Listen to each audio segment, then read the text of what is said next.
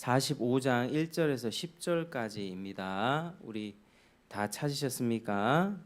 제가 한번 쭉 낭독을 하겠습니다. 따라오시면 되겠습니다. 요셉이 시종하는 자들 앞에서 그 정을 억제하지 못하여 소리질러 모든 사람을 자기에게서 물러가라 하고 그 형제들에게 자기를 알리니 그때에 그와 함께한 다른 사람이 없었더라. 요셉이 큰 소리로 우니 애굽 사람에게 들리며 바로의 궁중에 들리더라. 요셉이 그 형들에게 이르되 나는 요셉이라. 내 아버지께서 아직 살아 계시니까. 형들이 그 앞에서 놀라서 대답하지 못하더라. 요셉이 형들에게 이르되 내게로 가까이 오소서. 그들이 가까이 가니 이르되 나는 당신들의 아우 요셉이니 당신들이 애굽에 판 자라. 당신들이 나를 이곳에 팔았다고 해서 근심하지 마소서. 한탄하지 마소서. 하나님의 생명을 구원하시려고 나를 당신들보다 먼저 보내셨나이다. 이 땅에 2년 동안 흉년이 들었으나 아직 5년은 밭갈이도 못하고 추수도 못할지라. 하나님의 큰 구원으로 당신들의 생명을 보존하고 당신들의 후손을 세상에 두시려고 나를 당신들보다 먼저 보내셨나니 그런즉 나를 이리로 보내니는 당신들이 아니요 하나님이시라. 하나님이 나를 바로에게 아버지로 삼으시고 그 온 집의 주로 삼으시며 애굽 온 땅의 통치자로 삼으셨나이다. 당신들은 속히 아버지께로 올라가서 아뢰기를 아버지의 아들 요셉의 말에 하나님이 나를 애굽 전국의 주로 세우셨으니 지체 말고 내게로 내려오사 아버지의 아들들과 아버지의 손자들과 아버지의 양과 소와 모든 소유가 고센 땅에 머물며 나와 가깝게 하소서. 아멘. 자, 우리가 이제 오늘은 45장, 46장 이 두 장을 이렇게 쭉 살펴보겠습니다. 자, 지난주에 내용을 잠시 설명을 드리면, 자, 요셉이 애굽의 총리가 지금 되었죠. 애굽의 총리, 국무총리가 되어서 이 야곱의 자식들, 그 형들을 대하고 있습니다. 근데 이제 그 시험을 하나 했죠. 은잔 집으로 돌려보낼 때 이 베냐민의 자루에다가 은잔을 숨겨놓고 그걸 도둑질 해갔다고 그렇게 혐의를 씌운 것입니다. 그래서 은잔이 발견된 베냐민을 노예로 삼으려고 하자 유다는 그때 자신의 집안의 상황들을 다 구구절절히 설명하기 시작합니다. 우리 아버지가 계신데 말입니다. 노인입니다. 또 그가 노년에 얻은 아들 이 막내 베냐민이 있는데 그의 형은 먼저 죽고 그 어머니가 남긴 것은 그 베냐민밖에 없습니다. 아버지가 그를 매우 사랑합니다. 아버지와 그 아이의 생명이 하나로 묶여 있어서 이 아이가 만일 아버지께로 돌아가지 못하면 아버지는 반드시 죽게 될 겁니다. 이제 저 아이 대신에 제가 종이 되고 그 아이를 집으로 돌려보내 주시기를 간청드립니다. 이렇게 유다가 자기 아버지와 막내 베냐민과의 관계를 설명하면서 자기가 대신 종이 되겠다. 이 아이는 제발 풀어주십시오. 아버지가 죽을 것 같습니다. 유다가 그렇게 자기 집안의 상황을 일일이 구구절절히 간청했을 때, 자, 요셉이 어떻게 반응했겠습니까? 요셉이 그걸 우리가 오늘 살펴보는 것입니다. 오늘 본문에 그래서 오늘 본문의 주된 내용은 제목을 한번 따라하시겠습니다. 하나님의 관점으로 세상 보기. 하나님의 관점으로 세상 보기. 자, 유다의 말을 다 들은 이 애굽 총리 요셉은요, 그 정을 억제하지 못해서 주변에 애굽 관리들, 자기 밑에 신하들을 다 보냅니다. 그리고 아주 큰 소리로 울면서 자기의 정체성을 드디어 드러내죠. 요셉은 이전에는 자기를 감췄습니다. 형들이 와서 절했을 때 내가 요셉이다. 내가 옛날에 꿈을 꾸지 않았냐? 당신들이 절할 것이라고 꿈을 꾸지 않았냐? 하면서 막 따지거나 그러지 않았습니다. 몰래 자기를 감추면서 계속 그들을 대하고 그들을 시험하고 있는 중이었습니다. 근데 지금은 더 이상 그럴 필요가 없죠. 왜냐하면 형들이 분명히 자기가 잘못한 점을 회개하고 있었고 뉘우치고 있습니다.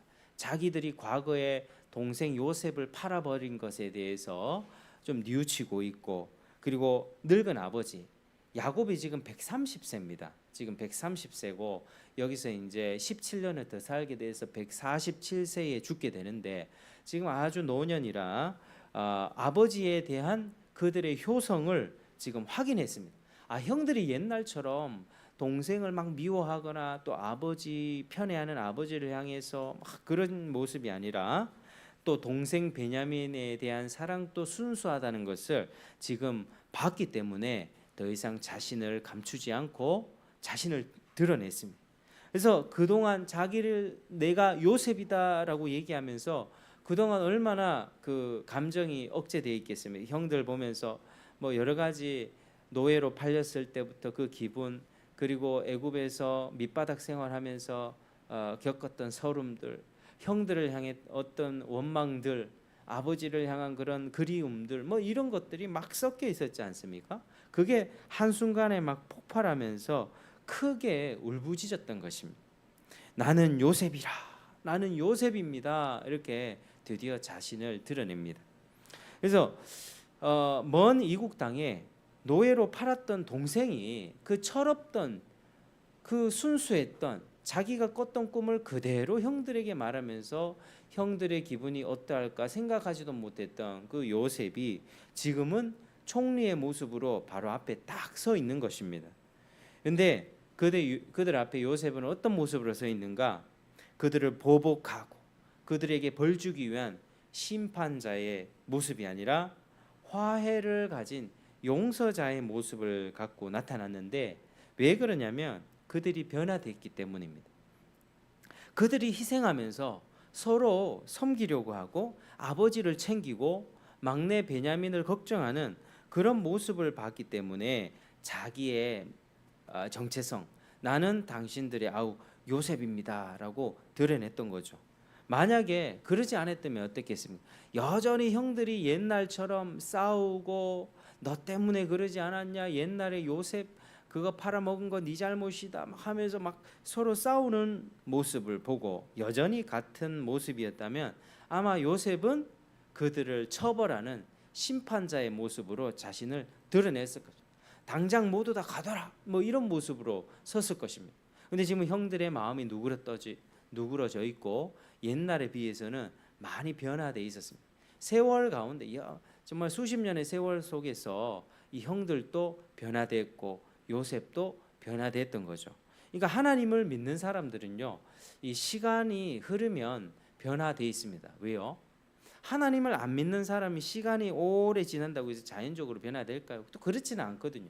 나이가 많지만요, 나이가 80이지만 여전히 어린아이처럼 자기밖에 모르는 그런 마음일 수 있습니다. 그러나 하나님을 믿는 사람은 그리스도 안에서 하나님이 일을 시작하시거든요. 하나님이 우리 안에서 착한 일을 하나님이 시작하시기 때문에 하나님이 그 상황 가운데 누구 뭐 안 좋은 상황도 겪게 하시고 나쁜 사람도 만나게 하시고 때로는 좋은 일도 있게 하시고 하나님이 우리 인생을 끌어가시잖아요. 하나님이 우리 인생을 끌어가시니까 요셉도 변화됐고 형들도 변화됐고 지금 모두가 하나님 안에서 성품들이 점점 변화되는 그런 모습을 볼 수가 있는 것입니다. 그래서 요셉이 그런 형들 앞에서 화해하는 용서자의 모습으로 딱 드러낸 것이죠. 자, 이 모습은요, 우리가 십자가에 못 박힌 예수께서, 여러분 예수님이 지금 어디 계십니까? 분명히 확실한 것은 예수님은 죽었다가 무덤에 묻혀 계셨던 게 아니라 부활하여서 하나님 나라 보좌의 우편에 계십니다. 그러니까 지금 예수님은 자신이 옛날에 십자가에서 뭐 손과 발에 못 박히고 옆구리에 창으로 찔려서 몸에 상처가 있지 않습니까? 그 모습 그대로, 그 상처, 영광의 상처를 그대로 가지고 천국에 가 계십니다. 그리고 다시 예수님이 약속하신 게 있는데, 예수님이 다시 올 것이다, 예수님이 다시 올 것이라고 분명히 약속을 해주셨습니다. 근데 그때는 어떻게 오셨냐면, 예수님이 처음 오셨을 때는 아기 예수의 모습으로 오셨죠. 정말 갓난아기, 지금 뒤에 이준이처럼 갓난아기의 모습으로 엄마가 젖을 먹여줘야 되고 잠을 재워줘야 되고 토닥거려줘야 되는 그런 아기의 모습으로 오셨지만, 그때는 어떻게 오십니까? 영광의 왕으로 오신다는 겁니다.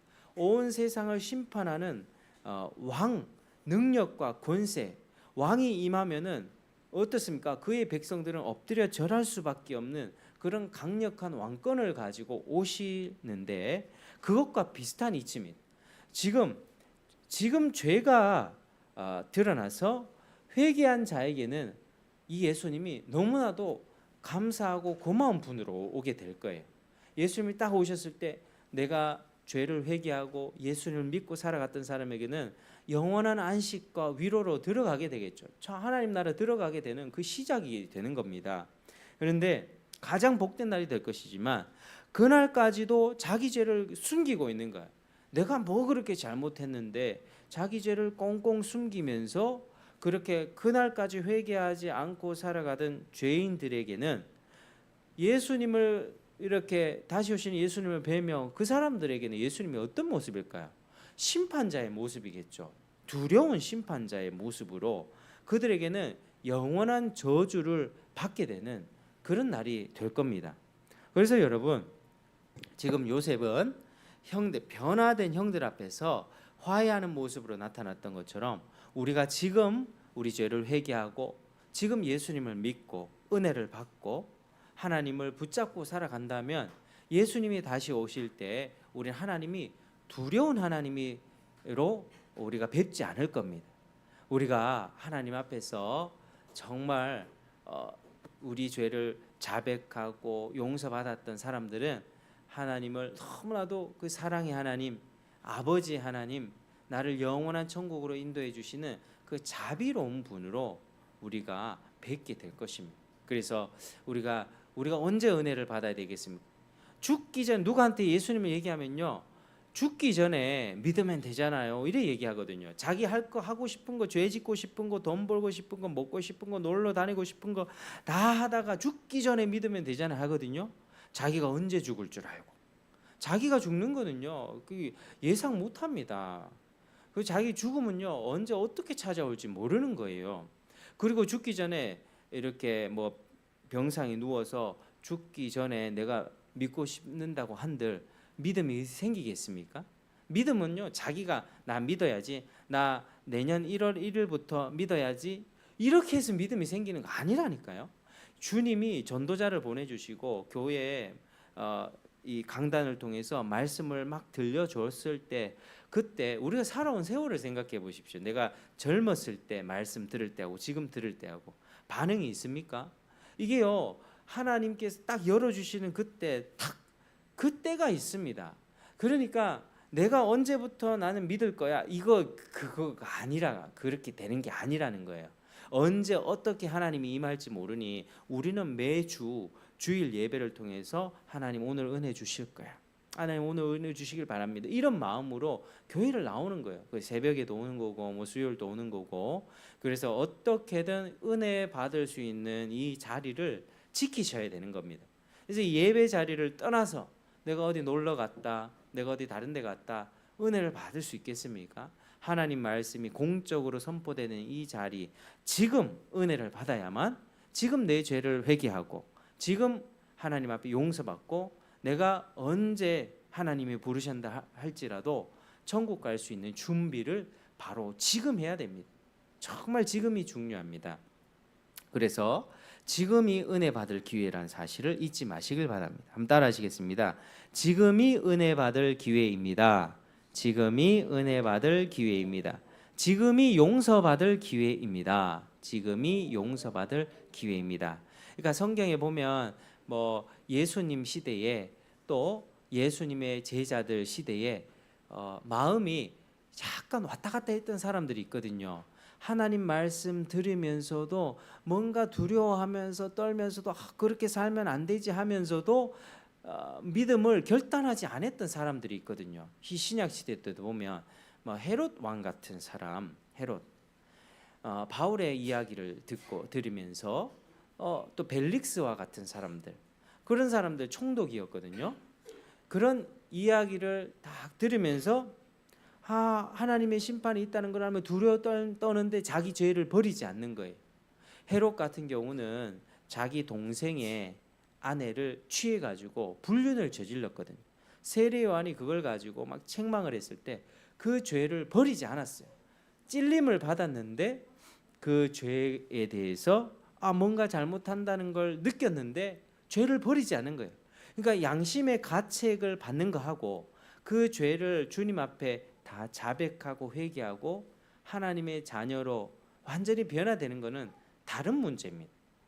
양심의 가책을 받는 것은요, 그것으로 자살해서 죽을 수도 있습니다. 자기가 스스로 목숨을 끊을 수 있다니까요. 가룟 유다 같은 사람도 자기가 스스로 양심의 가책을 느꼈지만 내가 잘못했구나, 내가 예수를 팔아버렸구나, 이걸 느끼고 어떻게 했습니까? 목매달아 자살해 버렸다니까요. 그러니까 양심의 가책을 느낀다고 그 사람이 다 이게 하나님 앞에 받아들여지는 게 아니라 양심의 가책과 더불어 회개해야 됩니다. 하나님, 내가 이러이러한 잘못을 했습니다. 나를 용서해 주십시오. 나를 받아주십시오. 이렇게 하나님 앞에 기도할 때 하나님이 받아주시는 것입니다. 그래서 지금이 바로 그런 기회라는 것이죠. 그렇게 요셉은 형들 앞에서 심판자의 모습이 아니라 그 권력을 가졌지만 형들을 용서하고 화해할 수 있는 그런 모습으로 자신을 드러냈고 아버지의 안부를 묻는 것입니다. 아버지 안부를, 아버지께서 아직 살아 계십니까? 그러니까 형들이 놀라서 대답을 못하는 겁니다. 어떻게 이런 일이, 자기 앞에 서 있는 이 국무총리가, 애굽의 국무총리가 요셉이라는 사실을 믿지를 못하는 것입니다.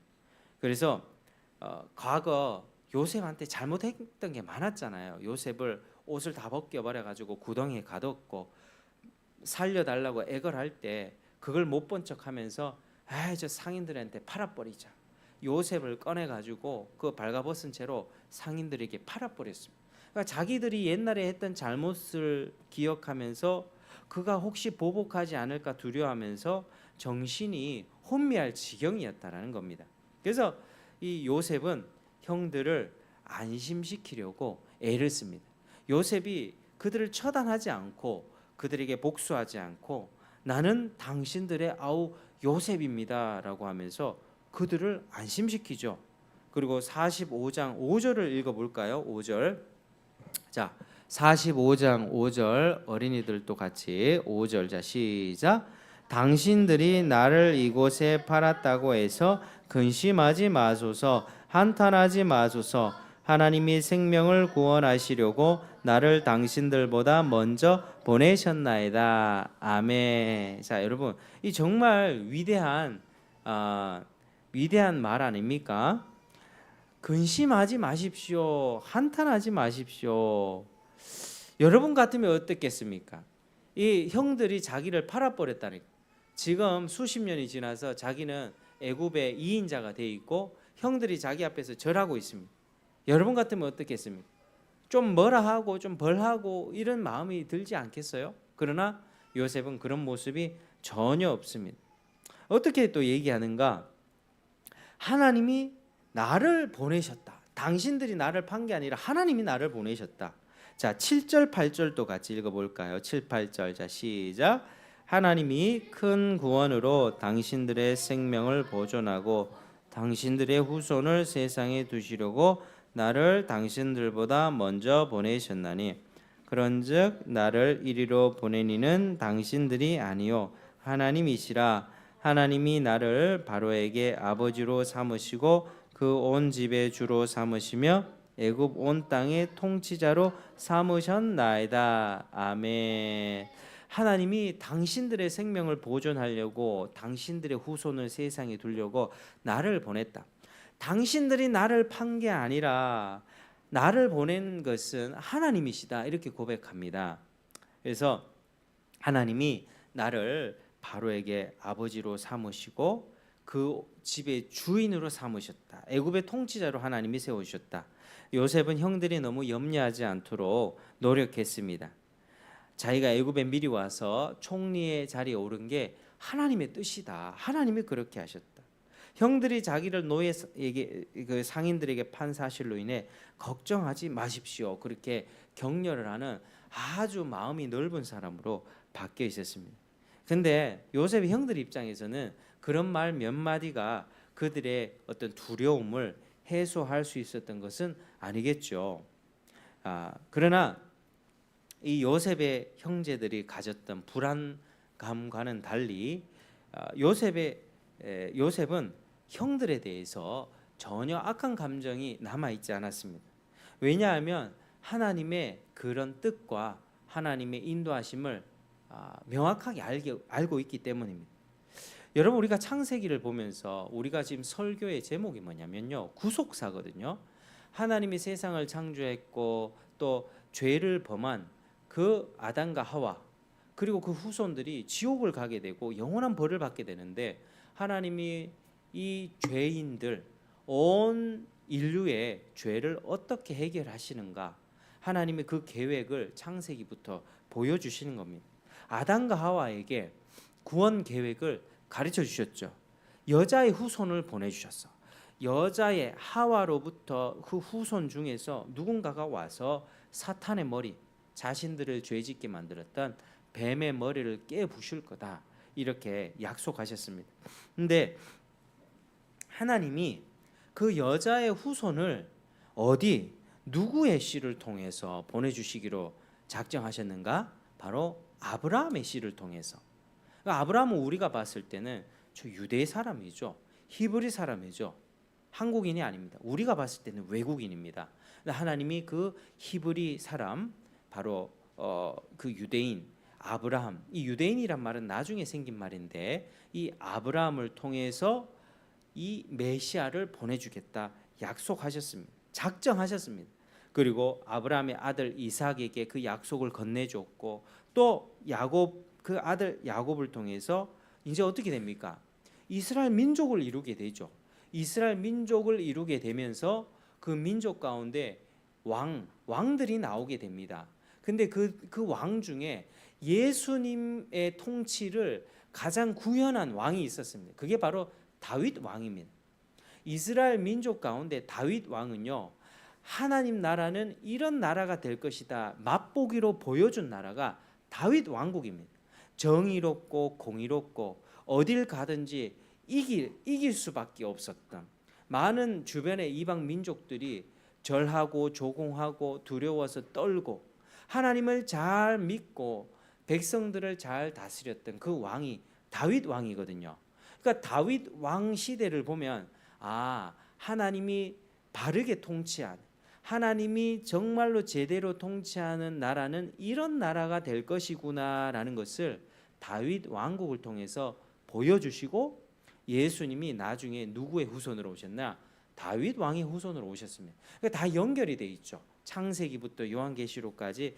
요거 지금 구약의 이스라엘 역사를 왜 배워? 외국인의 역사를 우리가 왜 배우냐고 막 이렇게 생각할 수 있는데, 단순 외국인의 역사가 아니라, 이스라엘의 그 외국 역사가 아니라 온 인류가 어떻게 구원받게 되는지를 우리가 알 수 있는 그 역사입니다. 그래서 우리가 이걸 알아야 되는 거고요. 그래서 하나님은 이런 계획 속에서 지금 이 큰 계획이죠. 창세기, 세상 시작부터 세상 끝날 때까지 하나님이 이런 계획 속에서 지금 이스라엘 민족을 만들려고 하고 계시는데, 그의 후손을 지금 국가 수준으로 막 이렇게 번성시켜서 이스라엘 민족을 이루려고 하고 있는데, 요셉이 지금 그 역할을 맡은 거죠. 이스라엘 백성 지금 기근이 왔잖아요. 가뭄 때문에 먹을 것이 없어서 주변의 사람들 다 죽어가고 있고 야곱의 자손들도 죽어가고 있습니다. 그때 요셉을 통해서 이들의 생명을 보존하게 되죠.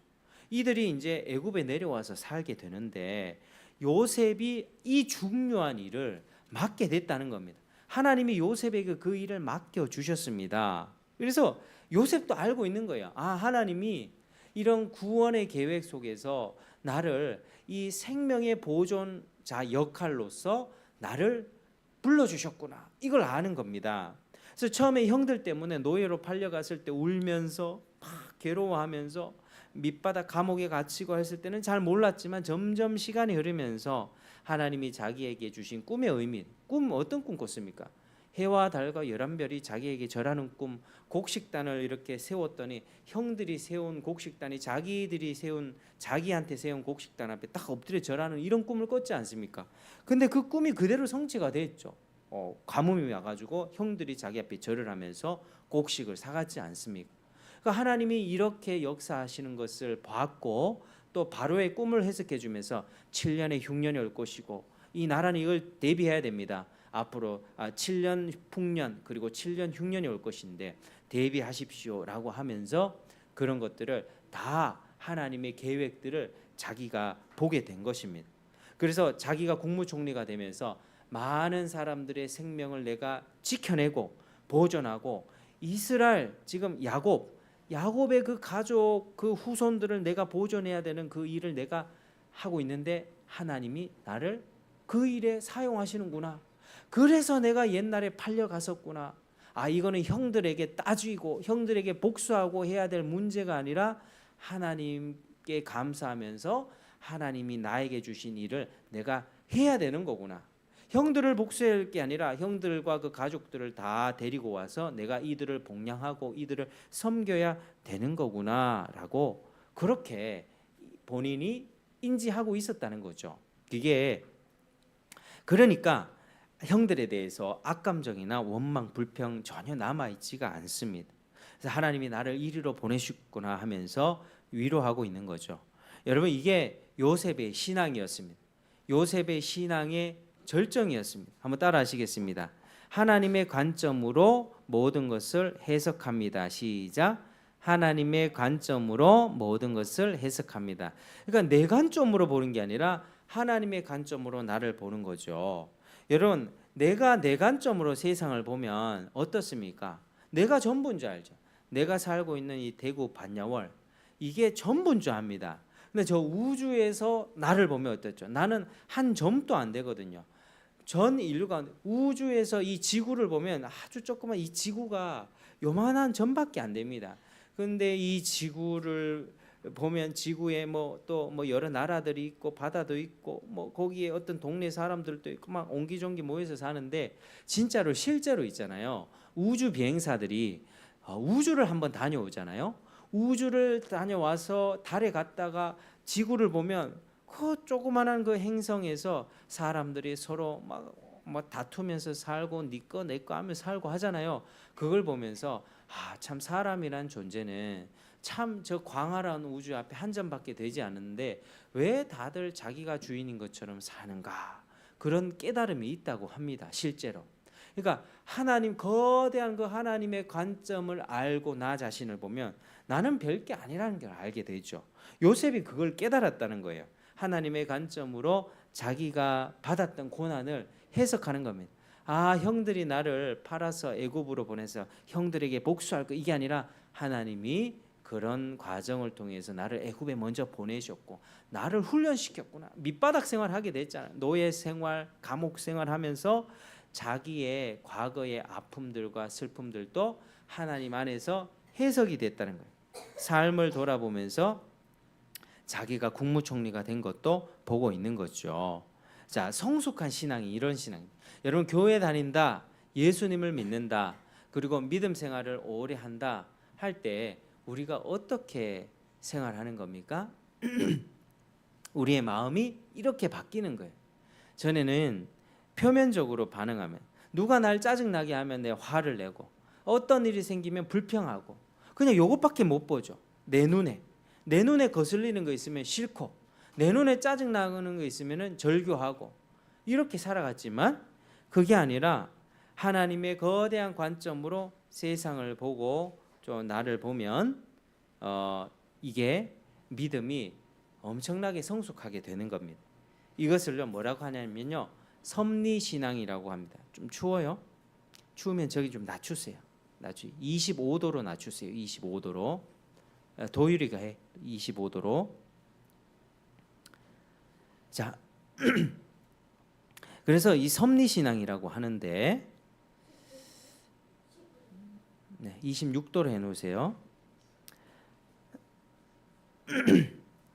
자, 여러분 어떻습니까? 요셉의 신앙을 보면서 여러분에게는 하나님의 관점이 있습니까? 아니면 내 관점만 있습니까?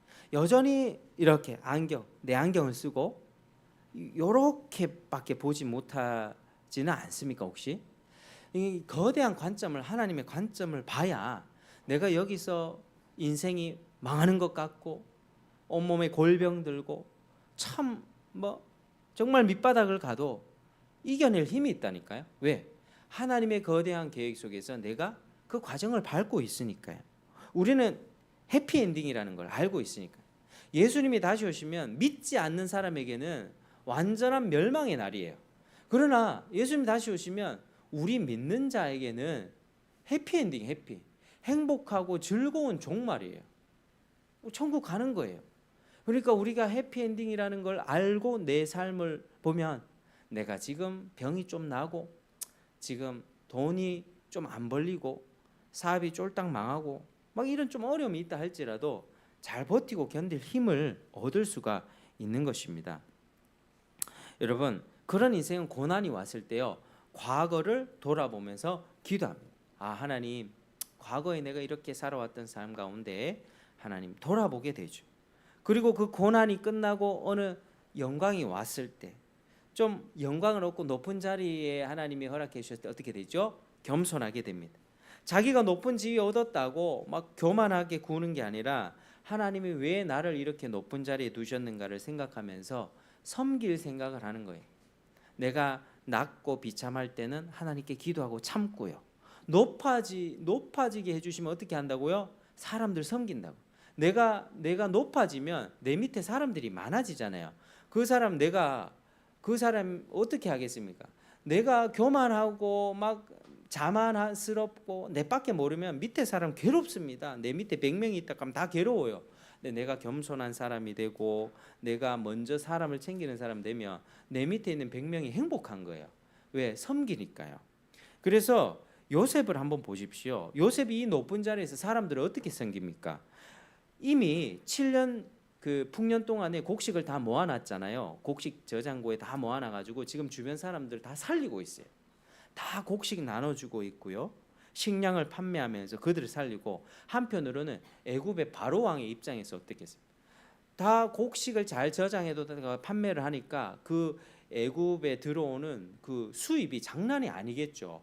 엄청나게 애굽이 강대국이 되어 가고 있습니다. 주변에서 다 돈을 갖다 바치고 나중에 땅까지 다 갖다 바치거든요. 곡식 달라고.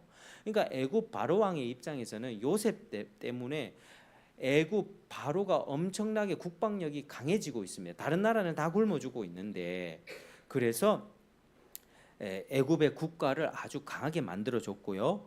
또 자신의 가족을 섬깁니다. 자, 9절에서 우리가 9절에서 13절 같이 읽어볼까요? 자, 9절에서 13절. 자, 시작. 당신들은 속히 아버지께로 올라가서 아뢰기를, 아버지 아들 요셉의 말에 하나님이 나를 애굽 전국의 주로 세우셨으니 지체 말고 내게로 내려오사 아버지의 아들들과 아버지의 손자들과 아버지의 양과 소와 모든 소유가 고센 땅에 머물며 나와 가깝게 하소서. 흉년이 아직 5해가 있으니 내가 거기서 아버지를 복량하리이다. 아버지와 아버지의 가족과 아버지께 속한 모든 사람에게 부족함이 없도록 하겠나이다 하더라고 전하소서. 당신들의 눈과 내 아우 베냐민의 눈이 보는 바 당신들에게 이 말을 하는 것은 내 입이라. 당신들은 내가 애굽에서 누리는 영화와 당신들이 본 모든 것을 다 내 아버지께 아뢰고 속히 모시고 내려오소서 하며. 아멘. 자, 지체 말고 오라고 하죠. 거기 굶어 죽으니까 요 애굽 땅 좋은 땅을 하나 선택해서 하나 줄 테니까 우리가 그 가족이 여기서 생활하자. 아버지를 모시고 내려오십시오. 섬기는 거잖아요. 요셉이 높은 자리 됐을 때 형들 처단하고 막 했던 게 아닙니다. 형들을 용서하고 걱정하지 마십시오. 하나님이 그렇게 하신 것이니까 당신들과 가족들, 아버지 다 데리고 오십시오. 내가 책임지겠습니다. 얼마나 멋집니까? 그 요셉은 자신의 그 높은 지위를 가지고 자신의 가족들, 11번째 동생의 입장에 있었지만 동생이 형들을 섬기는 겁니다. 이 멋진 사람입니다. 그래서 요셉은 많은 사람들의 생명을 살리고 섬기는 사람이 되어 있었습니다. 여러분, 이런 인생 멋지죠? 저와 여러분의 인생도 이런 인생이 되기를 축복합니다. 우리 도율이 인생도 그런 인생 되길 축복합니다. 여러분, 나만 잘 먹고 잘 사는 인생이 또 나만 어떻게 하면 살까? 이게 하나님이 별로 기뻐하지 않으세요. 나와 가족과 나아가서 우리 교회 성도들 그리고 이 나라 이 민족의 미래를 걱정하면서 어떻게 하면 사람들을 생명으로 인도할 수 있을까 고민하고 그걸 위해서 하는 인생이 가장 멋집니다. 내가 별로 가진 게 없다 할지라도 큰 뜻을 품고 사는 거. 여러분 지금 우리나라의 위기가 뭔지 아십니까? 전 세계적인 위기가 뭐냐면은 글로벌한 성혁명이거든요. 이게 뭐냐면 동성혼 인정하냐 마냐 이런 문제입니다.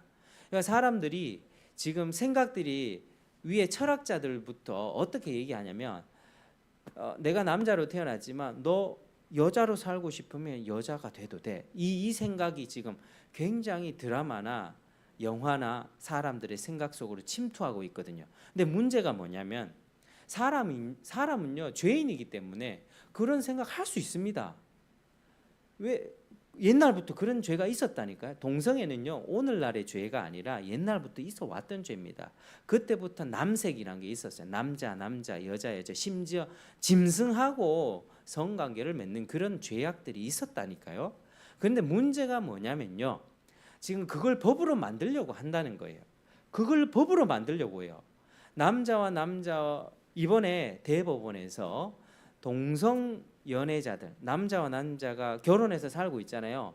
그거 건강보험 피부양자 자격을 취득하게 해달라고 그게 법원이 인정을 해줬다니까요. 그게 뭐냐면요 가족의 개념을 바꾸겠다는 거예요. 가족의 개념을 대법관들 우리나라의 법을 집행하는 사법체제의 그 대법관들이요 그런 생각을 갖고 있다는 거예요. 남자와 한 여자로 이루어진 이 가정이 정상적인 가정이 넘어서 남자와 남자도 가정이 될 수 있고 여자와 여자가 가정이 될 수 있고 심지어 이 생각이 발전하면 사람하고 개하고도 가정이 될 수 있고 건강보험료를 다 지급해야 되는 그런 상황이 되는 거예요. 그러니까 무서운 게 뭐냐면 그걸 법으로 만들었을 때 제가 설교하면서 성도들 중에는 동성 연애를 하는 성도가 있을 수 있잖아요. 죄인이기 때문에 그 벗어나야 된다. 남자 결혼하는 기뻐하지 않고 속히 그 죄를 버리고 이성 네가 하나님을 잘 믿고 하나님을 잘 믿는 여자를 만나서 건강한 가정을 이뤄라라고 얘기할 수 있잖아요. 그러면은 그 법이 차별금지법 이런 거에 통과되었을 때 저 목사가 박형 목사가 저런 말을 했다. 동성애는 잘못된 것이라고 얘기했다라고 하면 저는 형사처벌을 받게 돼 있습니다. 그 법으로 제정돼 있으니까요. 동성애가 잘못됐다는 걸 얘기하지 마. 그 법이 지금 통과되려고 하고 있고 이미 대법원에서는 그거를 건강보험 피부양자 등록을 가능하도록 그렇게 인정해줬다는 거예요. 여러분 지금 그러니까 내가 내 먹고 사는 것만 생각하면은 이거는 지금 이 시대가 큰일 나는 거예요. 지금 우리나라가요 얼마만큼 지금 기울어져 가는지 아십니까? 노아의 시대처럼 우리는 지금 기울어진 배에 침몰하는 배를 타고 있다고요. 정말 위기 가운데 있습니다. 그러니까 내가 오늘 밥 못 먹었네 이 걱정할 때가 아니라 나라 전체가 완전히 기울어 가고 있고 그런 법들이 막 통과되고 하면은 이제 신앙생활 하는데요 완전한 이제 처벌이 있을 거고요 벌금을 내야 될 것이고요 우리가 또 다른 코로나 같은 어떤 전염병이 왔을 때 모여 있는 이런 사태 속에서 예배 드리지 말라는 제재가 들어오게 될 것이고요 우리 앞에 신앙생활을 하게 될 때 모습은요 좋은 때는 이제 없습니다. 우린 각오해야 되고요. 용사가 돼야 됩니다. 우리 어린이들 잘 들어야 돼. 너희들도 예수님 믿고 천국 가 이게 전부가 아니라 강한 용사가 돼가지고 하나님을 대적하고 하나님의 법을 무너뜨리고 모든 창조 질서를 깨버리는 그런 법들을 제정하려고 하는 이 시대 속에서 우리는 싸워야 된다는 거죠. 그러니까 싸움이 이제 기도를 싸우는 거예요. 기도를 싸우고 표현하고 그것들이 잘못됐다는 것을 논리적으로 설득시키는 그런 것들을 우리가 해야 된다라고 하는 거죠.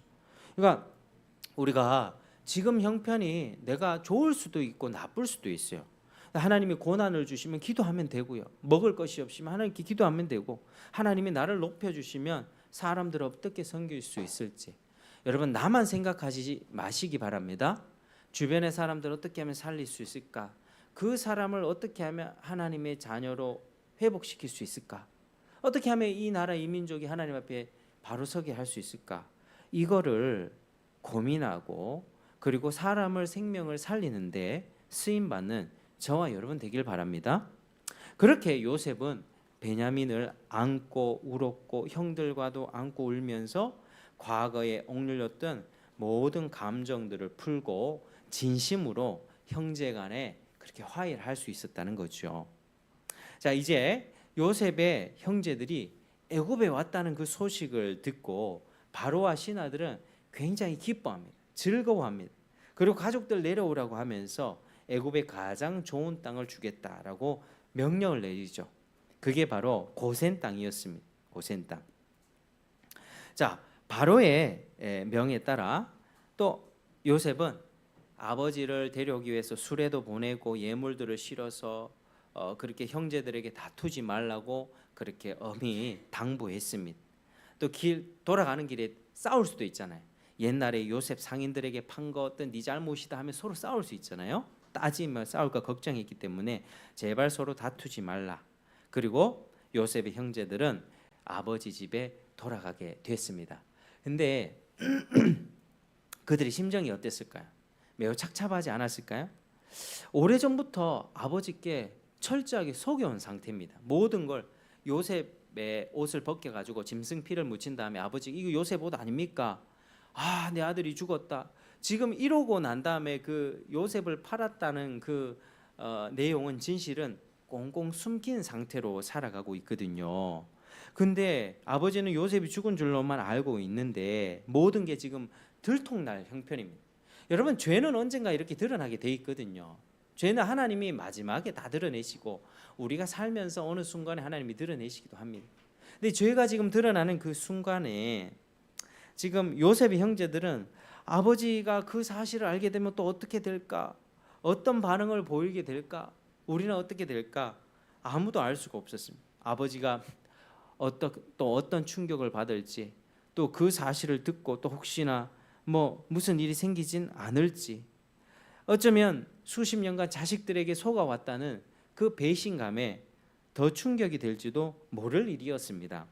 그래서 요셉의 형님들은 가나안 땅에 돌아와서 아버지께 일단은 아버지, 요셉이 그 땅에서 살아 있었습니다. 이렇게 얘기를 다 드렸습니다. 근데 우리가 여기서 쭉 읽어보면 그 땅에서 이제 요셉에게 옛날에 해코지하고 노예로 팔아버렸던 그 사실을 아버지한테 다 이야기를 했는지 안 했는지 정확하게 모르겠어요. 어떤 해설서를 보면 다 얘기를 했다 이렇게 돼 있고, 이렇게 읽어보면 그 얘기를 다 했는지 안 했는지 잘 모르겠어요. 어쨌든 만약에 그 얘기를 다 해버렸다면 야곱은 엄청나게 충격을 받았겠죠. 아, 이 자식들이 나를 수십 년간 속여왔구나. 애굽의 총리가 됐다는 사실보다 엄청나게 그런 충격이 있었을 겁니다. 어쨌든 이 야곱은 이 모든 일을 도저히 믿을 수가 없었지만 요셉이 보냈던 그 수레를 보면서 기운이 솟아나게 되었습니다. 그리고 애굽으로 이주하기로 결심을 하게 되었죠. 자, 우리가 46장 한번 읽어보겠습니다. 자, 46장 1절에서 우리가 4절 한번 읽어보겠습니다. 46장 1절에서 4절 시작. 이스라엘이 모든 소유를 이끌고 떠나 브엘세바에 이르러 그의 아버지 이삭의 하나님께 희생 제사를 드리니 그 밤에 하나님이 이상 중에 이스라엘에게 나타나 이르시되 야곱아 야곱아 하시는지라. 야곱이 이르되 내가 여기 있나이다 하매 하나님이 이르시되 나는 하나님이라 내 아버지의 하나님이니 애굽으로 내려가기를 두려워하지 말라. 내가 거기서 너로 큰 민족을 이루게 하리라. 내가 너와 함께 애굽으로 내려가겠고 반드시 너를 인도하여 다시 올려올 것이며 요셉이 그의 손으로 내 눈을 감기리라 하셨더라. 아멘. 아멘. 자, 이제 브엘세바라고 하는 곳은요, 애굽으로 가기 위한 제일 국경지대, 남쪽의 국경 지역입니다. 그때 희생 제사 드렸다, 예배 드렸다는 겁니다. 예배 드렸을 때 하나님이 어떻게 하셨습니까? 이상 중에 나타나셔서 말씀을 하셨던 것입니다. 이상 중에 애굽으로 내려가기를 두려워하지 말라. 반드시 그로 인하여 큰 민족을 이루게 할 것이고 그 땅에서 내가 다시 이 땅으로 돌이켜 올 것이다. 올릴 것이다. 이 말씀을 합니다. 여러분, 예배를 드렸을 때, 그러니까 예배가 중요한 게 여기서 나오죠. 하나님 앞에 예배하는 사람에게 하나님은 자신의 뜻을 드러내십니다. 하나님 앞에 예배하는 자에게 하나님은 자신의 뜻을 드러내시고 그 계획을 이루시고 그 일을 맡겨주십니다. 그래서 하나님은 야곱에게 그런 이야기를 했을 때 이 이야기는요, 자기 할아버지 아브라함에게 했던 얘기와 똑같은 내용이었습니다. 아브라함에게도 네 자손이 이방에서 객이되어서 고통을 받겠지만 결국에는 내가 큰 권능과 능력으로 그들을 구출해내서 이 땅으로 다시 돌이킬 것이다. 아브라함에게 약속을 했다니까요. 근데 아브라함, 이삭, 야곱 이 손자가 지금 그 약속을 다시 한번 듣는 겁니다. 그래서 이거는요, 하나님의 신실하심을 볼 수 있는 것입니다. 할아버지에게 했던 약속, 아버지에게 했던 약속, 그리고 그 손자, 지금 야곱이 손자고 야곱의 이름이 이스라엘로 바뀌어서 이스라엘 민족의 지금 시조가 되는 겁니다. 그래서 하나님이 이 약속을 신실하게 이루신다는 것을 알 수가 있죠. 여러분, 하나님이 어떤 분이면 하나님은 신실하신 분이세요. 하나님은 자기가 약속해놓고 그 약속 어기지 않는 법이 없습니다. 우리 한국 사람도 어때요? 자, 언제 밥 한번 먹자 해놓고 깜빡하죠. 내가 언제 그거 한번 사줄게 해놓고 깜빡하죠. 근데 이게 거짓말 하려고 거짓말 한 게 아니라 까먹을 수도 있고 그리고 의도적으로 거짓말하는 사람들은 사기꾼이죠. 사람들은 그렇게 삽니다. 나 약속을 잊고 삽니다. 근데 하나님은 약속을 절대로 잊어버리지 않으세요. 그래서 우리가 하나님을 믿을 수 있는 거예요. 하나님을 신뢰할 수 있는 거예요. 하나님이 예수님 다시 오신다라고 약속을 해주셨는데 하나님이 약속을 잊어버리거나 깜빡깜빡하는 분이라면 우리가 그 하나님을 어떻게 믿을 수 있겠습니까? 하나님이 이 신구약 성경에 예언을 주시고 그 예언을 다 이루어 가시는 거예요. 이 약속도요, 아브라함 때 주신 약속이 언제 이루어지느냐? 400년 후에, 몇백 년 후에 그렇게 이루어집니다. 그러니까 아주 놀라운 이야기죠. 하나님께서는요, 정확한 시간표에서 하나님이 일을 하십니다. 그래서 야곱의 가족이 애굽으로 그렇게 내려가게 됐고요. 그렇게 한 70명 정도가 그렇게 내려가게 됐습니다. 그래서 고센 땅에 도착해서 요셉을 만났고 서로 안부를 부르면서 그동안 몇십 년 동안 헤어졌던 아버지와 그 아들 잘 지냈냐, 그렇게 서로 부둥켜 안으면서 고센 땅에서 지내게 되었습니다. 근데 고센 땅이라고 하는 곳에서 분리돼서 지내게 됐는데 애굽 사람들은 목축을 가증히 여겨서 이스라엘 사람들을 가까이 하지 않았습니다. 그래서 이로써 어떻게 그들의 혈통이 잘 보존될 수가 있었습니다. 사람이 외국에서 살다 보면 외국 사람과 결혼하다 보면 피가 섞일 수 있잖아요. 근데 이 사람들은 지금 이스라엘 사람들은 고센 땅에서 목축, 가축을 치면서 짐승을 치면서 이렇게 사니까 애굽 사람들이 가까이 하지 않았다고, 결혼도 하지 않았고, 그래서 이스라엘 백성들은 아주 이렇게 분리된 상태로 혈통을 보존하면서 이스라엘이라고 하는 그 단일 국가, 이스라엘이라고 하는 그 국가, 아브라함의 후손이라고 하는 정체성을 잘 유지하면서 그렇게 시간을 보낼 수가 있었던 것입니다. 여러분, 이제 말씀을 맺겠습니다. 자, 우리가 오늘 말씀을 보면서 알아야 될 것은요, 하나님의 거대한 관점으로 우리를 봐야 됩니다. 세상을 볼 줄 알아야 되고요, 나 자신도 볼 줄 알아야 됩니다. 하나님의 주된 관심은 뭐예요? 요셉이 출세하는 것, 애굽 백성들을 식량 그 위기로부터 탈출하는 것, 그거 아닙니다. 내가 잘 먹고 잘 사는 거, 이게 하나님의 관심사가 아니라고요. 하나님의 관심사는 예수 그리스도를 통해서 죄인들을 구원하셔서 그 구원받은 백성들을 영원한 하나님 나라로 데려가는 것, 그게 하나님의 관심사야. 그러기 위해서 내가 그 과정 속에서 내가 고난을 당하고 내가 잘 못 먹을 때도 있다니까요. 내가 잘 먹고 잘 사는, 예수 믿으면 무조건 잘 먹고 잘 사는 이게 아니라니까. 어떨 때는 내가 밑바닥이 있을 수도 있고 내가 비참한 상황이 처해 있을 수도 있고 정말 어려울 때가 있을 수가 있습니다. 그러니까 하나님의 거대한 관점으로 우리 자신을 봐야 되고, 하나님은 그 일을 지금 창세기 때부터 지금까지 일을 하십니다. 정말 열심히 일하십니다. 그 일을 이루시기 위해서요. 신실하신 그 성품 그대로, 약속을 그대로 이루십니다. 그래서 하나님의 시간표는 정확하게 가고 있습니다. 그래서 여러분, 세상의 역사를 좁게 보지 마십시오. 내 가족 이게 전부가 아니라 이 나라, 이 민족, 그리고 이 세상 전체의 역사가 하나님 안에 있다.